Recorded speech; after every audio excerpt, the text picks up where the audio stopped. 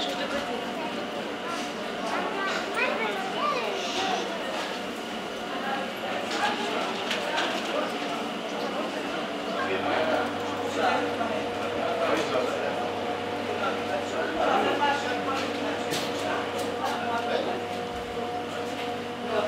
Donc vous avez, bon, la ligne vous l'avez faite, ici on a quelques documents qui datent de l'origine, vous avez même les comptes d'exploitation de la première année, 1894.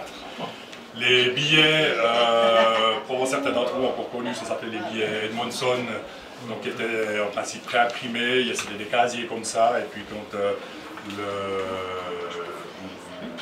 vous demandiez, je sais pas, Sainte-Croix-Lausanne, ben, on mettait la date avec l'oblitérateur ici, et puis on rendait ça au client. Quand c'était blanc et beige, c'était mi-tarif, et les verts, c'était les premières classes.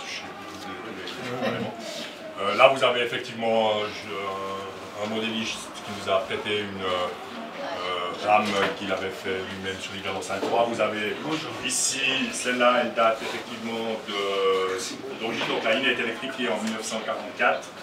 À l'époque, les fournisseurs, en même temps qu'ils livraient en vrai, ils fournissaient un modèle électrique. C'était souvent les apprentis qui faisaient ça. C'est quelques photos effectivement anciennes. Et puis là, il y a aussi, c'était à Yverdon, à l'époque, les annonces des prochains trains se faisaient avec ce genre de palette. Donc je vous laisse un petit peu regarder comme ça, je suis à disposition. Et puis dans quelques minutes, on ouvrira le bar. Daniel Raymond, en 1997, vous devenez directeur de la ligne Yverdon-Sainte-Croix. Et puis en 2001, il y a un grand changement, ça devient Travis-Sessa. C'est la fusion de plusieurs moyens de transport en même temps. Cette fusion, cette mutation, elle était inéluctable, c'était un plus, c'était dans l'air du temps. Donc la fusion est effectivement dans l'air des temps, mais c'était plutôt une fusion juridique, puisque dans la réalité, les trois entreprises qui ont fusionné étaient déjà sous la même direction, dans certains cas depuis l'origine et dans d'autres depuis plusieurs décennies. Comment ça s'est passé, cette évolution des transports, des modes de transport, les gens, leur manière de se déplacer et autres? Une ligne comme par exemple Yverdon-Sainte-Croix, elle a tout son sens? Absolument, on transporte aujourd'hui plus de monde qu'on n'en a jamais transporté. On vit dans une société de plus en plus mobile et effectivement la mobilité elle peut être proposée par différentes manières, les transports individuels, les transports collectifs. On sait aussi aujourd'hui que les transports individuels ont un certain nombre de soucis, que ce soit au niveau des incidences climatiques ou des difficultés de circulation en ville. Et effectivement, la preuve, c'est que ces dernières années, avec l'augmentation aussi des prestations sur la ligne, le nombre de voyageurs suit et on est vraiment dans les records depuis l'origine de la ligne. Mais c'est normal parce que finalement tout le monde aujourd'hui se déplace beaucoup plus. Cette ligne Sainte-Croix-Yverdon, on a l'impression que vous avez fait des efforts au niveau de l'architecture, au point de vue des structures. Ces dernières années, c'est vraiment l'égard, l'amélioration et puis justement cette cadence supplémentaire. Enfin, tout ça va dans le bon sens. C'est ça l'ambition? Effectivement, on doit répondre à ces besoins de mobilité et finalement le client, quand il choisit entre sa voiture et le train ou le bus, il y a deux aspects qui sont importants. C'est effectivement la fréquence, c'est combien de temps je dois attendre, combien de temps mon voyage du point A au point B prend. Et ça, on le résout en principe avec la fréquence. C'est le confort. Donc dans le confort, il y a effectivement le matériel roulant, qui est aujourd'hui, je dirais, aussi confortable qu'une voiture individuelle, où on a la climatisation. Et puis, je dirais, la prochaine révolution, c'est les systèmes d'information en temps réel. Nos clients veulent savoir, pas seulement quand les trains roulent à l'heure, mais quand une fois il y a quelque chose qui ne joue pas, à quel moment le train va arriver, quelle est la solution de rechange, comment je peux attraper mes correspondances. C'est là-dessus qu'on travaille aujourd'hui le plus. C'est vraiment la volonté au niveau de la satisfaction du client. Par exemple, on a son smartphone, on peut commander son billet directement sur son smartphone, le payer avec son smartphone, plus besoin d'aller au guichet, d'aller avant et des choses comme ça. Donc, par exemple, ça va dans le bon. Donc ça, c'est déjà aujourd'hui possible de le faire, effectivement. Et puis, à terme, c'est même de... Pardon, c'est peut-être même de dire, je ne le commande pas avant, mais je monte dans le train, je presse sur mon bouton, et puis à la fin de la journée, je presse sur le bouton, puis j'ai le calcul automatique. Les premiers essais existent. clairement, dans ce genre de domaine-là, on est en compétition avec Google, Amazon, etc. Donc, c'est pas Travis qui développe ça tout seul, mais au niveau national, ça se fait. On a aussi une petite start-up qu'on a fait avec les entreprises romandes. On est en train de travailler sur différents outils de ce type-là. Alors, allez aujourd'hui déjà sur l'application www.travis.ch. Il y a déjà pas mal de choses, mais ces prochaines années, ça va encore se développer de manière très importante. On connaît très bien les CFF, le grand public connaît très bien les CFF. Travis, on connaît un peu moins, c'est plutôt local, régional et tout. Expliquez-nous en 2 mots, c'est quoi cette ligne? Donc effectivement, historiquement, les entreprises de chemin de fer ont été des entreprises privées, financées par des capitaux privés. Il y a eu assez rapidement des soucis à la fin du 19e siècle. La plupart des grandes lignes ont été nationalisées à ce moment-là. Par contre, les chemins de fer régionaux ont continué, je dirais, avec une structure de capital privé, même si aujourd'hui, finalement, les collectivités publiques payent une partie très importante du coût du billet. Il y a un service qu'on doit à la population, c'est un service public, c'est un vrai service public. C'est comme ça qu'on l'entend. On a cette application régionale, on veut cette proximité avec nos clients, avec les collectivités locales, mais avec un niveau de service, si possible, encore meilleur que les autres. Mais on a au fond en Suisse la chance d'avoir pas mal de compagnies. On a au fond cette émulation des idées, trouver les bonnes idées, trouver les bons petits trucs. Et souvent, c'est les plus petits qui trouvent des choses avant que ça se généralise. Et c'est le rôle principal de Travis, d'offrir effectivement de la mobilité. 1er et 2 septembre 2018, c'est les 125 ans de cette ligne magnifique. Qu'est-ce qui va se passer ce week-end-là? Qu'est-ce que vous proposez? Alors, c'est un grand retour en arrière, puisque à Sainte-Croix va arriver une locomotive à vapeur. C'est la première depuis 50 ans, quasiment 45 ans. Donc, le train officiel, effectivement, partira le samedi à 9h30 de Yverdon. Et ici, à la gare, il y aura des animations, il y aura la possibilité de manger, de bruncher, de se mettre dans un simulateur de conduite et effectivement de faire des parcours en train à vapeur entre Sainte-Croix et Troisville, qui est la première gare ici au départ de Sainte-Croix. Donc venez nombreux. Si possible aussi, réservez déjà vos billets en train à vapeur. Les réservations partent très vite.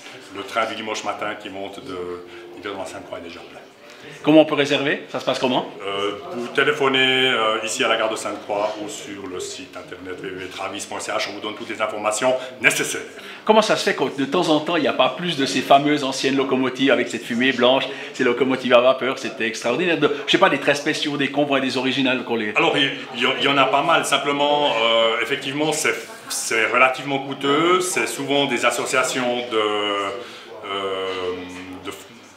passionnés qui mènent ça. Ceux qui vont arriver ici roulent d'habitude au chemin de fer du Jura, mais ils le font en plus de leur activité, leur métier traditionnel. Donc il y a des lignes où il y en a relativement régulièrement dans la région, à la Vallée de Joux. Vous pouvez aller toutes les années, il y a plusieurs dimanches où des trains à vapeur roulent. Il y a le Don des Chambly qui fête aussi cette année son 50e anniversaire.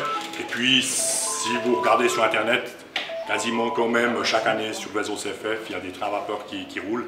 Mais c'est vrai qu'ici sur la ligne, les dernières circulations vapeur datent des années 70. Oui. Il y a un réel attachement de la population par rapport à ces lignes, à sauver ces lignes, à les pratiquer, à ce que ça fonctionne même dans des coins un peu plus reculés que les grandes artères. Donc je crois clairement il y a eu un changement de mentalité. On a une certaine époque, les transports publics, c'était surtout ceux qui n'avaient pas les voitures, donc les jeunes, les vieux. Aujourd'hui, il y a une vraie prise en compte que c'est une option de mobilité. Mais dans la nostalgie, il ne suffit pas, il faut que le service joue. Si on a des vieux trains tout pourris, ben les gens ne vont pas en venir pour nous faire plaisir. Donc la mobilité, c'est un besoin, il faut qu'on réponde à ce besoin-là. On essaie de le faire le mieux possible. Merci Daniel Raymond, merci beaucoup et bonne continuation, puis plein succès pour le 1er et 2 septembre. Beat Wölfli, vous êtes le responsable ici de la vente et puis du service ici à la gare de Sainte-Croix. Qu'est-ce qui se passe et comment on accueille les gens qui viennent? Comment ça se passe? Quels renseignements on vous demande? Évidemment, vous vendez des billets, mais j'entends, qu'est-ce qu'on vous demande? Les questions qu'on vous pose, le service à la clientèle? Oui, c'est surtout, on a quand même pas mal de touristes qui viennent ici pour voyager sur le balcon du Jura avec nos bus et après aussi pour se balader un petit peu. On a tellement une bonne région et c'est clair, c'est pour ça des renseignements, Après, on a quand même, parce qu'on est près de la frontière, on fait beaucoup de change aussi. Alors, on a vraiment beaucoup de choses à faire ici quand même encore. Ok, les billets à vendre, les billets à Yverton retour, ça se fait plutôt maintenant en automate, c'est clair, malheureusement. Mais ok, c'est quand même encore plaisir d'avoir ce boulot au guichet, parce que c'est quand même important, surtout aussi pour les âgés qui n'ont pas trop l'habitude de faire leur billet automate, alors ce sont tout heureux s'ils veulent venir encore au guichet. On a l'impression que d'un côté, il y a l'informatique pour avoir ses billets, ça fonctionne très bien, mais par contre, pour une certaine catégorie de personnes, il y a des questions, il y a des choses qu'on ne comprend pas forcément, il y a des renseignements qu'on a besoin de demander et autres. Donc ce service humain, il est important. Et il est très très important. En tout cas, ici à Sainte-Croix, j'ai l'impression les gens sont contents encore, c'est un guichet qui a ouvert, parce que c'est quand même pas partout en Suisse comme ça. Hein. Et pour nous, c'est aussi, ça nous fait plaisir si on sent encore ces gens-là qui sont contents d'être bien présentés ici. D'être accueillis puis de pouvoir parler à quelqu'un. Exactement. Voilà. Ça, c'est important. C'est aussi l'avantage des petites lignes comme celle-ci. Il faut une dimension humaine. Absolument, oui. Vous êtes ici donc à Sainte-Croix, à la gare. Comment ça se passe cette évolution? Il y aura les 125 ans le 1er et 2 septembre. L'évolution des mentalités, des systèmes, des traitements informatiques, des trains, tout ça. Comment ça se passe pour vous? Oui, ça se passe comme partout dans toute la Suisse. Hein, ça devient tout au plus moderne, tout, et c'est clair.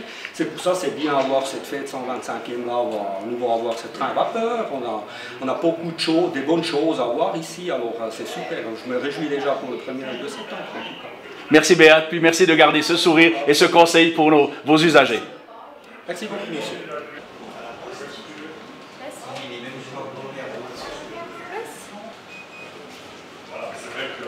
Moi, que j'aime, je fais ça. Voir un numéro, c'est plus logique d'avoir deux choix.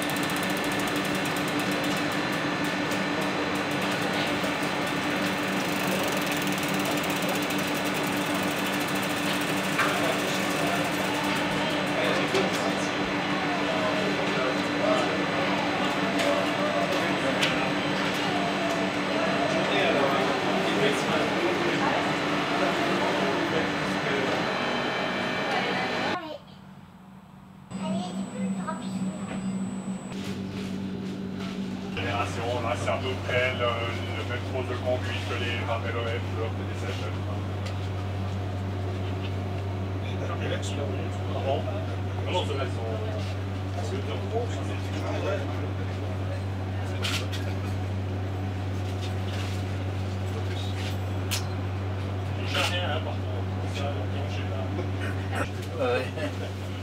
Les rames CFF, on a les mêmes mécaniciens peuvent rouler à la Vallée sur la voie normale, avec les rames CFF c'est quasiment la même principe. Toujours en liaison avec la centrale. Oui, alors ça c'est un des éléments, puis l'autre élément, justement le Natel là qui est, c'est le GPS. C'est ce qu'on utilise pour donner l'information en temps réel après aux clients. D'accord. Sur l'application, on ne met pas côté CFF pour plus 5.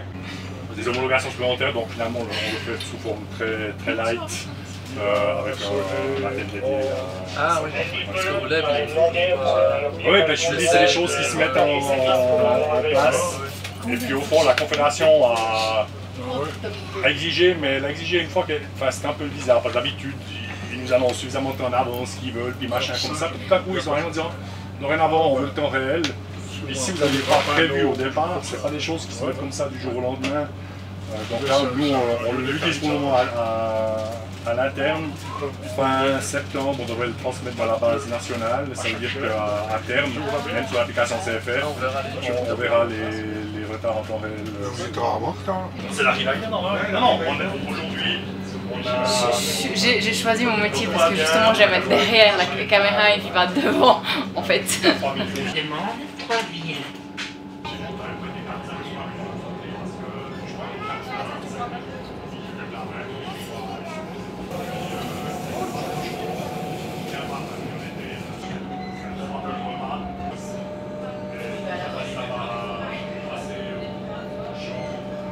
une question qui m'a été posée à Sainte-Croix. J'ai dit que j'y répondais. Puis dans les prospectus qu'on vous a donnés, c'était la question du dépôt qui est à Sainte-Croix. Donc effectivement, ce dépôt, il date de l'origine de la ligne. Il servait donc effectivement à remiser du matériel. Je crois sauf erreur pour certains trains arrivaient le soir à Sainte-Croix et restaient toute la nuit et puis redescendaient. Il y a aussi par exemple les outils de déneigement qui sont à Sainte-Croix, parce que ça des outils de déneigement hiver, donc on les met plus loin à Sainte-Croix. Et puis effectivement ce bâtiment il a 125 ans et il tombe en ruine. Et puis on a reçu donc ces nouvelles rames, donc ça c'est les rames qu'on a reçues en 2015-2016, 3 de ce type là, plus les deux dont c'est démonté tout à l'heure. On a en principe 5 rames qu'on utilise régulièrement pour le transport de voyageurs. Et on n'a pas de place non plus à Yverdon pour mettre à l'abri. Une rame comme ça coûte 10 millions de francs, quoi. Ça doit durer 40 ans, 50 ans. Donc on aime quand même assez bien les remiser. Elles vont pas rouiller parce qu'elles sont dehors de vandalisme, vous avez des problèmes, enfin différents problèmes. Donc on va démonter le dépôt qu'on a aujourd'hui à Sainte-Croix et reconstruire un nouveau dépôt où on peut d'un côté stationner les véhicules pour l'infrastructure, donc pour le déneigement, et puis on va pouvoir stocker 2 rames de ce type-là qui pourraient passer la nuit à Sainte-Croix. La procédure est en cours, la Palisa de la République a passé au mois de mai-juin, sauf erreur. Donc on espère obtenir l'autorisation de construire cette année. Comme je l'ai dit, aujourd'hui, une des problématiques que j'ai déjà expliqué en montant, mais je l'explique encore une fois, c'est qu'effectivement on a des problèmes de ponctualité, parce que l'horaire il est relativement tendu. On est sur des lignes avométriques, donc les emplacements où on croise, ils sont définis. On peut pas, c'est pas comme sur un train Märklin, les déplacer vite de quelques mètres. Et puis l'autre problématique, c'est finalement, comme j'ai dit, 60% de nos clients prennent le train à Yverdon en direction de Lausanne, donc la direction prioritaire c'est celle-là, et en fonction de ça, si on veut minimiser les temps de parcours, c'est l'horaire comme on a aujourd'hui, c'est le seul qui est potentiellement jouable. Alors quand tout va bien, ça tient, et puis quand on a des travaux, ce qu'on a évidemment tous les étés, aujourd'hui, puisqu'on doit continuer de mettre à niveau la ligne. Et d'un autre côté, effectivement, des problématiques structurelles, parce que notre voie, qui a été, je dirais, réfectionnée régulièrement ces 30-40 dernières années, mais c'était toujours finalement où on maintenait l'état précédent, enfin on l'améliorait, ce n'était pas des reprises complètes. Aujourd'hui, avec des nouveaux matériels roulants comme celui-ci ici, qui est construit, je dirais, à la limite de la norme, ça a des effets sur la voie qui sont plus importants que ce qu'on imaginait. Ce n'est pas le cas que chez Travis. Notre train doit attendre un croisement et partira avec un retard de quelques minutes. C'est exactement cette situation qu'on a, puisqu'on croise ici, on croise le suivant à Huitboeuf. On a 14 minutes de temps de parcours ici, et puis on a 13 minutes de Huitboeuf à Yverdon. Et si le train descendant il arrive en retard à Yverdon, il repart en retard d'Yverdon, il met en retard le train de Huitboeuf, qui remet en retard celui-là, et à un moment donné ça s'enchaîne. Alors quand on retombe sur l'horaire à l'heure, ce qui va arriver le samedi maintenant, donc ça se remet facilement, je dirais, à l'heure. Et puis quand on est à l'horaire de en semaine, à un moment donné, quand il y a vraiment trop de retard, on remplace un train par un bus pour tout remettre à l'heure, mais ce n'est pas une situation qui est satisfaisante. On a mis en place depuis le début de l'année 6 mesures pour essayer de minimiser. Il y en a des qui vont se mettre en place encore la semaine prochaine avec la rentrée scolaire. Avec le prochain changement d'horaire aussi, suppression de 2 haltes pour rattraper du taux. Mais il nous faudra encore 2 à 3 ans jusqu'à ce qu'on ait retrouvé, il faut qu'on trouve vraiment de manière stable cet horaire. Comme j'ai dit, l'important pour nous, c'est d'assurer la correspondance sur Lausanne. Ça fonctionne bien. On a, je crois, moins d'1 pour 1000 de rupture de correspondance. C'est moins bon quand on a des bus, les correspondances avec les bus urbains Yverdon. On a aussi des fréquences qui sont un peu plus élevées aussi sur les bus. Donc, on prend le suivant. Oui, c'est vrai, on perd 10 minutes, un quart d'heure. C'est arrive 10 minutes, un quart d'heure en retard au cours. Pardon? Les enfants arrivent en retard au cours. Justement, à un moment donné, il faut se dire, je prends le train une demi-heure avant. C'est vrai que c'est pas l'idéal. Si j'avais une solution, si on avait une solution sous la main, il y a longtemps qu'on l'aurait fait. Il y avoir la même synchronisation avec les bus Travis, puisque c'est Travis aussi. Travis et Travis, vous n'avez pas... Ça n'a rien à voir. C'est Travis. Non, ça n'a rien à voir. Non. Alors, aussi, je crois qu'il faut se rendre compte, c'est que les financements sont complètement différents du trafic régional et du trafic urbain. Et en gros, il faut savoir qu'un client, il paye environ le tiers du prix avec son billet, et les 2 autres tiers, on le paye nous tous avec nos impôts. Et les horaires, c'est pas Travis qui les fixe, c'est les commanditaires, c'est ceux qui payent au fond les 2 tiers du prix du billet. Et au niveau du chemin de fer, c'est la Confédération et le canton qui fixent les horaires. Et puis au niveau du réseau urbain, c'est la ville. Et la ville, c'est elle qui définit quelle est la cadence des bus qu'on a. Donc il y a des lignes comme le gymnase, on donne la cadence à 10 minutes. Il y a des lignes où on a la cadence à 20 minutes, puis il y a des autres où on a la cadence au quart d'heure. Alors, on peut faire des propositions, mais par exemple, aujourd'hui on a une cadence moyenne effectivement de 15 minutes sur le réseau urbain. Si on passait tout à la cadence de 10 minutes, ça veut dire que c'est un tiers de bus en plus, ça veut dire que c'est un tiers de déficit en plus. Donc ça veut dire que c'est un tiers de financement supplémentaire. Aujourd'hui, donc tout Travis, grosso modo, coûte 35 millions par année. Sur les 35 millions, il y a plus de 20 millions qui sont payés par vos impôts, par nos impôts, par les côtés publics. Donc on ne peut pas nous dire oui, ok, on met des bus de plus, on met des trains de plus. On a quand même une obligation que les trains et les bus soient relativement bien remplis. Et puis finalement, c'est celui qui paye qui commande, quoi. Donc voilà pourquoi effectivement Et puis c'est la même chose sur le bus, si finalement le bus attend le train, le bus il a aussi un temps donné pour aller de la gare au terminus et puis revenir. S'il part 5 minutes après, il va arriver 5 minutes tard et puis il va louper les correspondances. Donc ce qu'on essaye vraiment au maximum, c'est de... Et les CFF le font aussi aujourd'hui comme ça, ça semble des fois difficilement compréhensible, mais de dire les trains et les bus qui roulent à l'heure, on les maintient et puis on n'attend pas des correspondances. Et puis parfois celui qui est en retard, tant pis. Mais il faut aussi savoir que justement aujourd'hui on a une cadence à demi sur les cadences à 3, on a des cadences à effectivement 10 et 20 minutes sur le réseau urbain.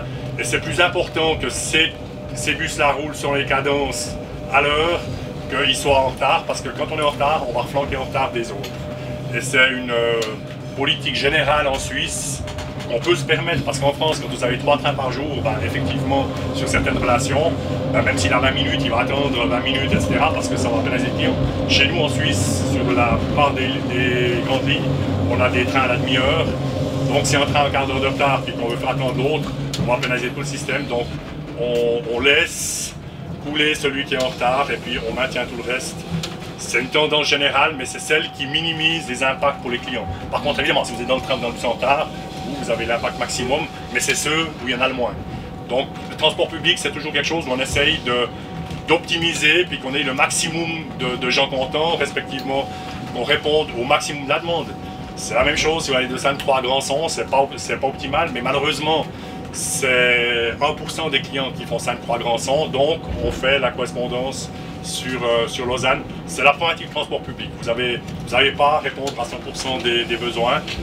Donc comme j'ai dit ici, on est dans une des rames de 2015-2016. On avait fait un appel d'offres en commun avec nos collègues de Morges-Pierre-Cossonay, des chemins de fer fribourgeois, du Montreux-Oberland bernois. Et on a probablement pu économiser entre 15 et 20% du coût par rapport à une solution on aurait commandé tout seul. Parce qu'aujourd'hui, ce qui coûte de nouveau cher dans les véhicules ferroviaires, c'est le véhicule en tant que tel évidemment, mais c'est tout le processus d'homologation. Si vous faites une homologation pour 10 rames ou pour une rame, le prix il est le même. Et puis toute l'ingénierie que vous faites pour 10 rames ou pour une rame, il est le même. Donc l'objectif c'est d'essayer d'avoir les coûts les plus bas possibles, mais une rame comme ça coûte 10 millions de francs. Voilà quoi, donc c'est pour ça qu'il faut qu'elle dure au moins 35 ans, probablement qu'elles ont 40 ou 50. Mes collègues suisses-allemands qui disaient qu'on allait quand même lancer une étude au niveau national pour voir ce qu'on peut pas faire mieux.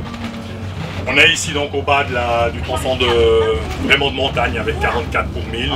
Sur le bas de la ligne, on ne dépasse pas, je crois, 25 pour 1000 environ. Et puis, la gare de Beaume, c'est la dernière gare qu'on devrait en principe d'ici 2025 aussi créer avec un deuxième quai. Aujourd'hui, on ne croise pas régulièrement à Beaume, donc on a un quai qui est en Beaume. Effectivement, en fonction des horaires qui vont venir, c'est possible qu'on croise à Beaume, mais effectivement, le quai intermédiaire comme il est là, il n'est pas conforme aux exigences à partir de 2023. Beaume est donc aussi notre point de l'infrastructure ferroviaire. Ça, c'est le dépôt d'infrastructure ferroviaire qui est là. Donc, en principe, les cantonniers sur pièces indispensables de la ligne sont basés ici. C'est au milieu de la ligne, c'est assez avantageux parce que ça, on évite soit sur le haut, soit sur le bas. Le déneigement, lui, se fait au départ de Sainte-Croix. Pour les gares, on fait un travail au départ d'hiver quand même quand on a vraiment de la neige. On l'a fait parce que c'était du 1-1, donc on n'a pas besoin de demander une autorisation. Maintenant, si on fait ça, effectivement, c'est un processus d'autorisation, donc c'est 2 ans. Enfin, on est en Suisse. Voilà quoi, moi j'ai voyagé en Chine, j'ai fait le TGV Shanghai-Pékin. Entre le moment où ils ont décidé au moment où ils ont un service, c'était 5 ans pour 1200 km. Mais bon, je préfère quand même encore vivre en Suisse qu'en Chine, quoi. Mais c'est vrai que quand on vit ce genre de problématiques, de procédures, peut-être qu'on en fait quand même un peu beaucoup, quoi. Donc là, bon, on ne s'est pas arrêté trop souvent, donc on va arriver avec 2 minutes de retard. Nos mécanos jouent le jeu parce que souvent ils arrivent à repartir en moins de 4 minutes. Mais il va quand même mettre un peu de retard au train descendant à Villebeuf. À part que je crois sauver maintenant on est plus dans la cadence à la demi-heure, donc ça devrait se positionner comme il faut.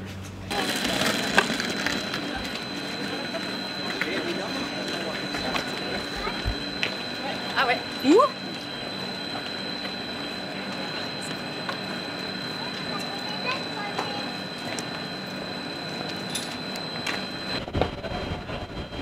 Du train d'Avalijou, donc Combrassu et des transports publics en Granson en 2001.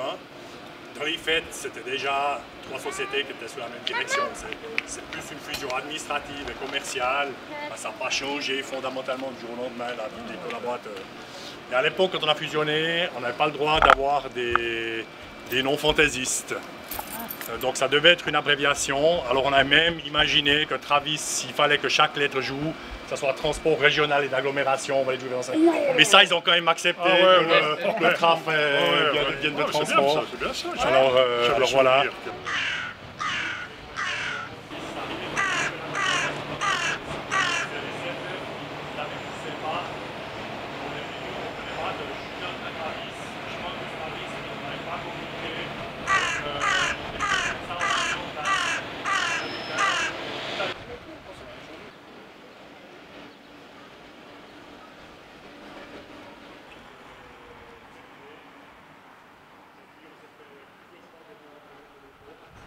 On a le garage qui est derrière, on a aussi des stockages décentralisés parce que effectivement quand ça a été construit en 1993 ce bâtiment là à l'occasion des, c'était un peu le hasard mais des 100 ans de la ligne, je crois qu'ils avaient 15 bus et puis aujourd'hui on en a plus du double. On a des projets de sortir ces bus de cet endroit. Sur l'atelier ferroviaire qu'on va visiter maintenant, donc c'est l'atelier qui est responsable pour l'entretien du matériel roulant de la ligne Yverdon-Sainte-Croix. Et puis le personnel s'occupe aussi de l'entretien du matériel roulant de l'Orbe-Chabornay, mais le dépôt est à Orbe, puisque Orbe-Chabornay c'est pas le même écartement, donc on ne peut pas amener les véhicules ici. Et puis sur la vallée de Joux, une partie de l'entretien on le fait par notre personnel, une autre partie on le donne à faire au CFF. Je ne l'ai peut-être pas dit tout à l'heure, donc on est ici sur de la voie métrique, donc pas le même écartement que les CFF. Et puis le prochain chemin de fer à voie métrique, c'est le LEB, ou c'est le Bierap-Morges, ou c'est le tram de Boudry. Donc c'est un peu le problème qu'on ne peut pas tellement transporter ces véhicules facilement pour les amener à un centre de maintenance. Donc quasiment chacune de ces compagnies de chemin de fer à voie métrique ont un dépôt atelier où on fait beaucoup de choses. Ce qu'on ne fait pas, c'est de la carrosserie. Là, c'est clair, quand on a... Alors, j'ai assis sur un petit bogne, c'est un carrossier de la place qui vient, puis qui fait. Puis quand c'est une révision, des choses comme ça, ben, on lève le véhicule, on enlève les roues, puis on l'amène dans l'atelier qui va faire la carrosserie. Et puis, ce qu'on fait de moins en moins aussi, c'est l'entretien des bogies. Donc, les bogies, c'est les petits chariots où il y a les roues, on va voir tout à l'heure. Parce que là aussi, ça devient de plus en plus complexe. Et, on le donne en principe à des ateliers qui sont, disons, qui savent bien faire ça. Chez nous, c'est essentiellement les chemins de fer fribourgeois ou les chemins de fer rétiques. Et maintenant, les entreprises romandes ont décidé de créer un centre de maintenance d'entretien des bogies qui va se construire à Villeneuve. Et dans 2 ans, au fond, on va amener tous nos bogies, donc tous nos chariots, il y a les roues, à la maintenance là. C'est quasiment l'élément le plus sensible dans le ferroviaire. Ben, finalement, le matériel roulant, chez nous, il fait environ 150 000 km par année. Il dure en 30-40 ans, donc il y a quand même quelques millions de kilomètres au bout. Et puis ben, finalement, l'élément le plus sensible, ben, c'est tout cet élément qui est mobile, c'est les roues. On va faire un petit tour de l'atelier. Juste ici, c'est un simulateur de cabine de conduite qui sera installé à Sainte-Croix le 1 septembre. Il a déjà été en fonction au comptoir de Sainte-Croix il y a 2-3 ans en arrière. Donc vous aurez la possibilité de faire la ligne avec quelques commandes. Hein. Ce n'est pas un simulateur complet, mais vous pouvez accélérer, freiner et puis voir la ligne du point de vue du mécanicien. Donc si vous voulez faire ça, venez à Sainte-Croix. On a encore une automotrice qui date de l'électrification de la ligne, hein, donc 44, voilà. Donc il y a un certain nombre de pièces que quand ça casse, ben, on ne trouve plus dans le commerce, donc il faut qu'on les refasse nous-mêmes. Donc on a quelques outils relativement simples. On a un petit tour à commande numérique, le reste ben, c'est des fraises, etc. Ce n'est pas du travail hyper compliqué, et puis on n'a pas tous les jours quelqu'un qui bosse là-dedans, mais on a quand même besoin d'avoir un certain nombre d'outils quand on veut justement intervenir sur ces parties mécaniques des véhicules. On a en haut, là c'est plutôt justement l'atelier électronique, parce qu'aujourd'hui ben, finalement de plus en plus c'est des cartes électroniques qu'il faut changer, il faut peut-être de temps en temps réparer, etc. Donc ça se passe en haut. On a le chef d'atelier ferroviaire et garage qui est là, et puis donc là, la direction qui est l'administration. Le dépôt à 3 rames, là ben, on verra après tout à l'heure ben, justement pourquoi cette locomotive est là. On a dû mettre en place il n'y a pas très longtemps des systèmes de galerie, puisqu'aujourd'hui effectivement avec le matériel roulant moderne, ben, beaucoup de choses sont sur le toit. Une partie de caoutchouc. L'idée c'est d'éviter un peu les vibrations, le bruit, donc c'est quelque chose qui est relativement habituel maintenant. On voit ici le poteau pour monter la partie caoutchouc. Et puis en principe on les tourne 3-4 fois. Donc en gros après un petit million de kilomètres, ben, on change juste cette partie-là, c'est le pneu de la roue. Quoi. Elles sont pas connues. Justement, celle-là, elle l'était. Elle était à la base, ouais. Je vous donnerai l'explication sur la conicité tout à l'heure. Il y a quand même encore un sacré bout de matière pour venir jusque-là.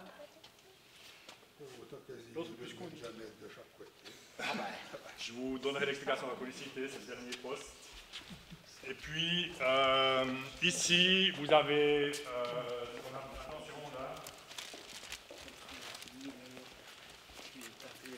avez les chariots transporteurs, rollbox, et puis... comme ça penche, ils sortent mieux tout ça.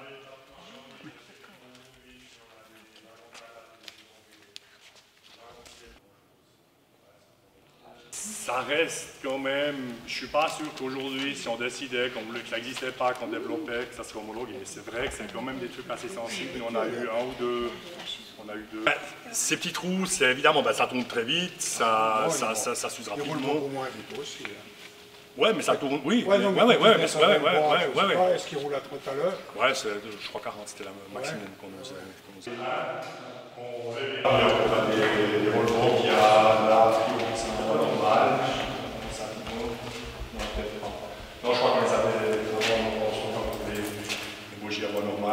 donc c'est un jeu de stockage. Et puis. Ouais.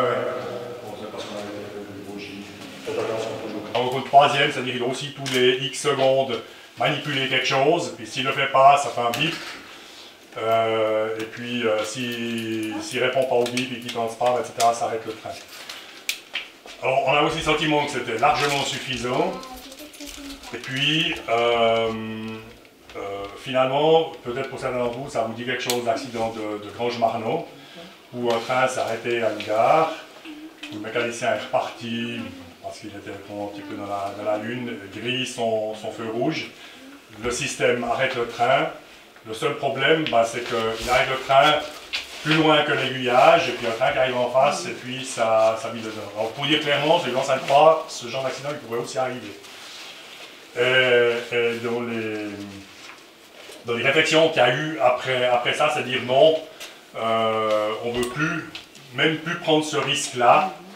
Et au fond, au niveau européen, il y a un système de signalisation qui a été développé qui s'appelle l'ETCS, qui travaille avec des balises. On parle d'ETCS Level 1 pour les spécialistes, pas du 2. Avec un système de balises, mais où il y a plus d'informations que simplement stop ou go. Il peut y avoir du contrôle de vitesse. Ça peut empêcher justement au départ, typiquement le cas de la Grange-Marnot, de dire si c'est rouge, même si le mécanicien veut partir, il ne peut pas partir. Et finalement, l'Office des transports a décidé que ce système-là, ça serait aussi bien que les chemins de fer privés le mettent en place. Ce qui est important, c'est les roues, c'est ce qu'il y a dessous, c'est ce qu'on travaille ici. Et puis ce qu'il y a dessus, par exemple les convertisseurs, les pantographes, etc., sur la passerelle, puis au fond, au milieu, il n'y a rien, quoi. Il y a quelques armoires. La balle longue, puisque celle-là n'a pas encore la balise, ceux qui veulent peuvent passer dessous, mais faites quand même attention parce que c'est bas, allez pas vous taper. Et si quelqu'un veut voir à quoi ça ressemble un train depuis dessous, vous pouvez le mettre là. Tu peux passer sous le train de façon saine. 15 000 volts, je tiens quand même à dire, il n'y a pas besoin de toucher pour être électrocuté. Il y a des gamins qui ont des fois trouvé intelligent de monter à quelques places sur des wagons comme ça. À 30 cm s'ils flottent, c'est 15 000 volts, vous êtes mort, quoi, j'entends. Donc c'est vraiment, c'est pas un jeu, on lance pas des trucs contre, je ne sais pas quoi, on n'essaye pas d'aller avec une lance à haut contre. Si c'est allumé, vous êtes... alors pour monter, il y a tout un processus de contrôle de clé, c'est-à-dire vous pouvez monter que si vous êtes sûr que c'est déclenché. C'est un système de clés comme ça qui se passe pour absolument éviter des... Là, c'est incroyable, vos employés. Vous pouvez essayer lequel des deux cônes, là, si on le met là, il arrive juste en bas. Ouais, mais vous êtes un spécialiste. Non, je suis mécanicien. Ouais. Donc, voilà, on parle de conique. Donc, si on met un conique comme ça, vous voyez qu'il ne va pas très loin. Hein? Trop lourd. Non. Si on prend ça. Donc voilà, la roue du train, hein, ce qu'on a vu dessous, enfin ce qu'on voit aussi, elle n'est pas plate, elle est quelque part conique, parce qu'au fond l'interaction entre le rail et puis la roue, c'est un peu exagéré, mais au fond c'est bien ce que fait. Et effectivement, donc là on a fait quelques exemples de bogies. Celui-là. Vous avez vu ce qui se passe? Il va passer vite, ça va pas le temps. Vous avez vu là, dans le virage? Qu'est-ce qui se passe? Il y a un bout d'arrêt. Oui? Ça ralentit. Voilà. Et pourquoi il s'arrête un petit peu? Parce que finalement, la roue de ce côté-là, elle va plus vite que là, puis tourner de la même vitesse. Et qu'est-ce qui se passe dans les virages, dans les trains? Parce que là, ici, ça s'arrête, ça freine. Et ça veut dire qu'on perd la force. Puis la force, elle peut se dissiper sous forme de chaleur, mais aussi de bruit. On bouffe les rails. Et on bouffe les rails, et ça fait du bruit. Et pourquoi ça fait du bruit? Et au fond, tout l'enjeu, et c'est des doctorats, c'est de dire comment on met le cylindre le mieux possible par rapport à la forme du rail pour limiter ce bruit. On a aujourd'hui, surtout du côté de Valère, du bruit, et ça change en fonction de la météo, ça change en fonction de la température. Et c'est un des éléments qui est important. Alors évidemment, dans le matériel moderne, souvent les cheveux les plus rigides, pour essayer que, disons, dans les 2 ans qui viennent, on retombe, je dirais, sur notre objectif, c'est que 95% des trains soient à l'heure. En Suisse, ils sont à l'heure jusqu'à 2 minutes. Donc jusqu'à 2 minutes de retard, on considère qu'un train est à l'heure. En France, un train est à l'heure jusqu'à 5 minutes, puis il est en retard à partir de 15 minutes. Puis entre 5 et 15, on ne sait pas ce que c'est. Ça, c'est des normes. Et les Japonais sont à la seconde. Et les Japonais sont à la seconde. On peut dire quasiment. Pourquoi on fait pas comme les Japonais? Il y a 2 aspects. Il y a 2 aspects. Il y a quand même un aspect culturel, malgré tout. Non, mais... Oui, non, ça... attendez. Ah oui, non, il y a un c'est aspect vrai. culturel, malgré tout. Les gens, quand ils montent, ils sont derrière leur... derrière la ligne, etc. Ils attendent ça. Mais disons, l'essentiel, c'est que c'est un réseau dédié. C'est-à-dire que vous n'avez que des trains à grande vitesse qui roulent sur ces lignes-là. En Suisse, vous avez un train normal, un train direct, un train marchandises, un train régional. Et finalement, la complexité est beaucoup plus importante. Là, ces lignes, elles ont été prévues dès le départ que pour ça. Mais malgré tout, je pense qu'il y a le même réseau en France. Je ne vais pas faire du racisme. Je pense que ça ne fonctionnerait pas aussi bien qu'au Japon. Je pense qu'il y a quand même une composante culturelle. Il y a une composante justement de qualité au niveau industriel. Ben, finalement, c'est la même chose dans les voitures, où finalement, ils ont été très loin dans la recherche d'éviter les pannes, d'éviter que des systèmes puissent se mettre en panne. Donc, c'est des méthodes Kaizen, etc. Aujourd'hui, CFF travaille pas mal aussi avec ça. Nous, on s'inspire aussi dans ces éléments-là. Mais je dirais, un des éléments principaux quand même, c'est que le réseau à grande vitesse, c'est une catégorie. Alors, c'est pas tout à fait vrai maintenant, il y a aussi 10 sortes de trains différents, mais c'est des trains qui sont faits que pour ça, selon cette norme. Il n'y a pas de passage à niveau, il n'y a pas d'autres trains qui roulent que des trains de voyageurs. Et puis, vous avez des voyageurs. Effectivement, quand on dit il s'arrête 2 minutes à Osaka, il s'arrête 2 minutes, puis en 2 minutes, vous changez. Nous, on l'a vu, on est vraiment en train de faire des analyses, on a fait des analyses avec de la vidéo. Vous avez des voyageurs, mardi, ben, ils bloquent les portes à Yverdon au départ du train, parce que d'autres arrivent encore. Ben voilà, le système, vous bloquez la porte. Une fois que ça débloque, tout le système doit se remettre, donc il repose 20 secondes. Ben, au Japon, il n'y a personne qui a bloqué une porte, quoi. Je veux dire, si la porte se ferme, ben, c'est fini, je pars. Donc, il y a un certain nombre d'éléments qui sont dedans, mais on essaye d'aller dans ce sens-là, mais c'est probablement un peu plus facile quand vous avez un système. C'est un peu la même chose que si vous voulez, le M2 à Lausanne qui tourne complètement en manière autonome. Alors, il y a de temps en temps un problème technique. Mais je dirais, vous avez peu d'interactions. Ils ont eu au départ avec les portes aussi. Oui, il y a toujours. Voilà. Il y a toujours qui retiennent les portes. Mais typiquement, au Japon, il n'y a personne qui retient les portes, quoi. Donc, et aujourd'hui, c'est vrai, je pense que le M2, la plupart des pannes sont induites par des voyageurs qui ont un comportement particulier, quoi. Avec ces portes, ce qui devrait, c'est qu'une fois que ça va pincer quelqu'un, au lieu qu'elle se rouvre en grand, elle devrait juste dépincer puis refermer. Ouais. Puis chaque fois, elle va beaucoup plus loin. Ouais. Les gens, après, ils ont vite compris. Puis ça arrête d'essayer de forcer. Hein. Voilà. Mais c'est vrai que le Japon... C'est plus compliqué à programmer. Ah, c'est peut-être un peu plus compliqué.